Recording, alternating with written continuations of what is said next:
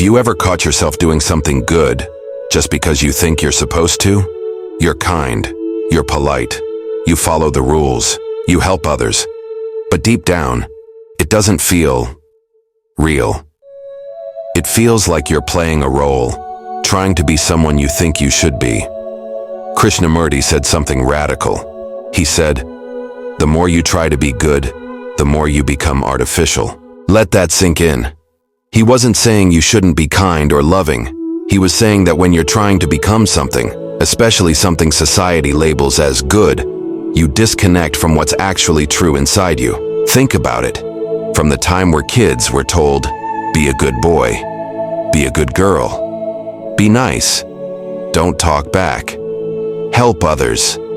So we learn to obey, not because it feels right, but because it earns approval.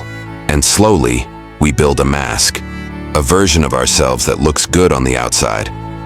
But inside, maybe we're frustrated, confused, or even angry. But we can't show that, because good people don't feel that way, right? So we suppress. We act nice even when we're boiling inside. We say yes when we want to say no.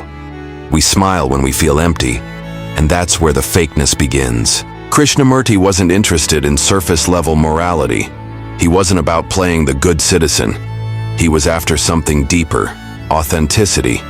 Not becoming good, but understanding yourself so completely that you act from clarity, not conditioning. Let's say someone hurts you.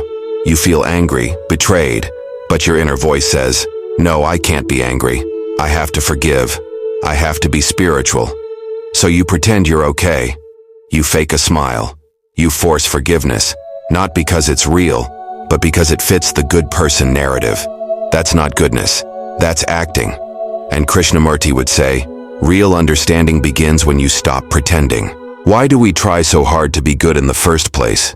Is it fear of rejection? Fear of being judged? Or is it because we've been told our natural self isn't enough?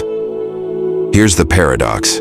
The more you chase goodness as an idea, the more you move away from your true self. You're no longer responding to life with honesty.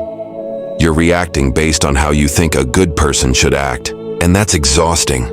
It's why so many people feel burned out, disconnected, even though they're doing all the right things. Krishnamurti offered a way out. He said, don't try to become anything. Just observe. Watch your thoughts, your reactions. Don't judge them. Don't label them good or bad. In that awareness, that quiet watching, something beautiful happens.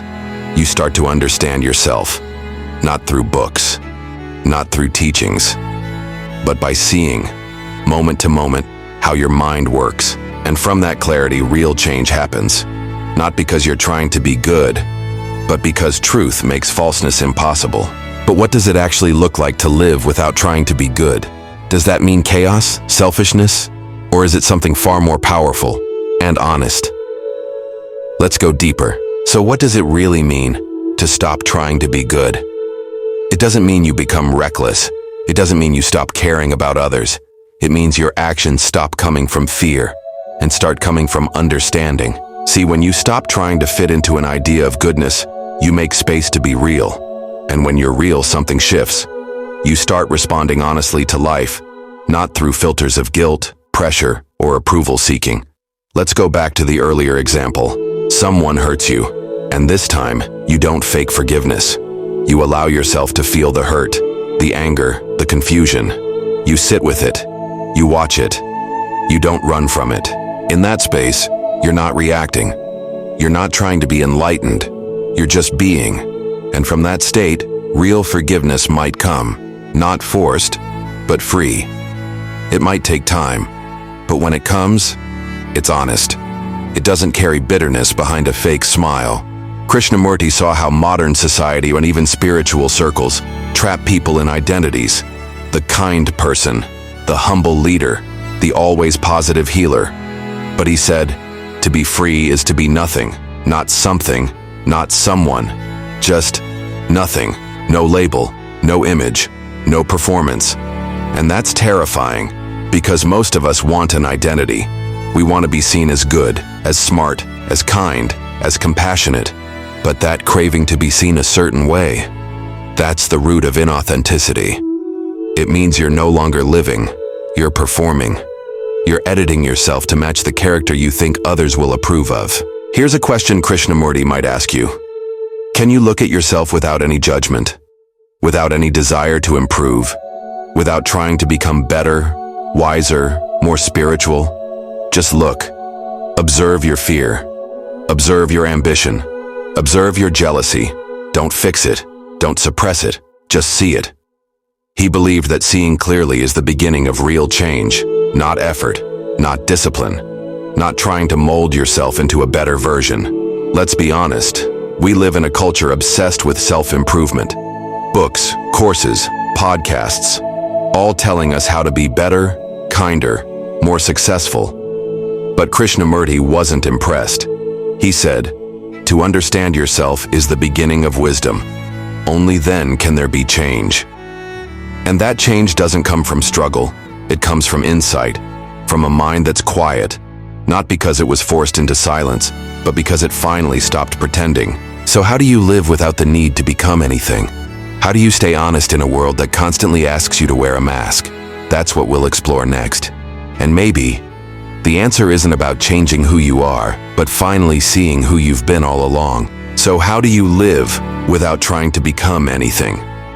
First, you stop running.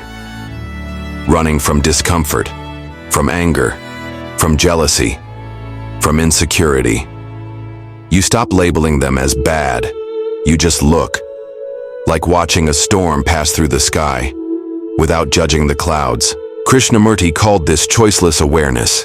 It means you're not choosing what to see and what to avoid. You're just fully present with whatever is. Most people live in constant inner conflict. They want peace, but feel restless. They want love, but feel afraid. So they fight with themselves. They try to push away what feels wrong and hold on to what feels right. But this fight is what creates the noise, the tension, the division inside. Krishnamurti said, "The moment you struggle to be good, you are no longer good. Because now it's a battle, it's effort. It's based on a goal, an image. And when you chase an image, you stop seeing reality." Let's be real. Society doesn't reward authenticity. It rewards performance. You get hired because you look confident. You get likes because you seem positive. You get accepted because you act like everyone else. But deep down, you feel the cost. You lose touch with your gut. Your inner voice becomes faint. You start asking others what you should do because you don't trust yourself anymore.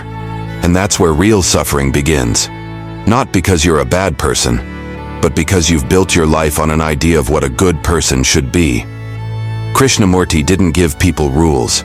He didn't offer 10 steps to enlightenment. He simply asked, "Can you observe yourself without trying to change anything?" Not easy. But that's where real freedom begins. Maybe you're jealous of a friend.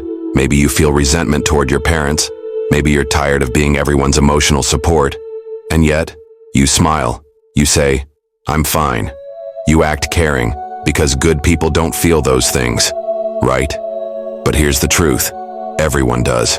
The difference is, most people lie about it, to others, and to themselves.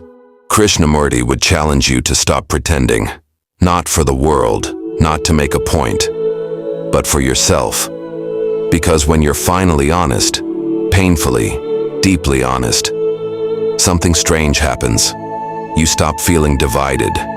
You stop living two lives, the one outside and the one inside. And in that unity, you stop needing to become anything. You simply are. Now here's the tricky part. People might not like the real you. Some might leave, some might judge. You might lose the approval you once worked so hard to earn. But Krishnamurti would ask, do you want to be accepted for who you truly are, or for the role you play? That's a hard question, because playing the role gets you comfort, but living the truth gives you freedom. And most people choose comfort. But what if you didn't? So what if you stopped playing the role? What if starting today you didn't try to be good? You didn't try to be spiritual, didn't try to be nice, impressive, or wise. You just were, exactly as you are. Would some people leave? Probably. Would it feel uncomfortable? Yes. But now you're living from truth, not performance. And that's rare. That's real. That's powerful. Krishnamurti believed that true transformation isn't about effort. It's about insight. And insight only comes when the mind is completely honest, without fear. So the next time you feel the urge to act good, pause. Ask yourself, am I doing this because it's true? Or because I want to be seen a certain way? That one question can change your life, because the person who no longer needs to appear good is finally free to be real. And real is always better than perfect. You don't need to chase goodness. You don't need to fix yourself. You just need to see yourself, clearly, fully, without filters. And in that seeing, something shifts. The pretending falls away. The masks drop. And what's left is something honest, something whole, something quietly, radically human. That, Krishnamurti would say, is the beginning of freedom.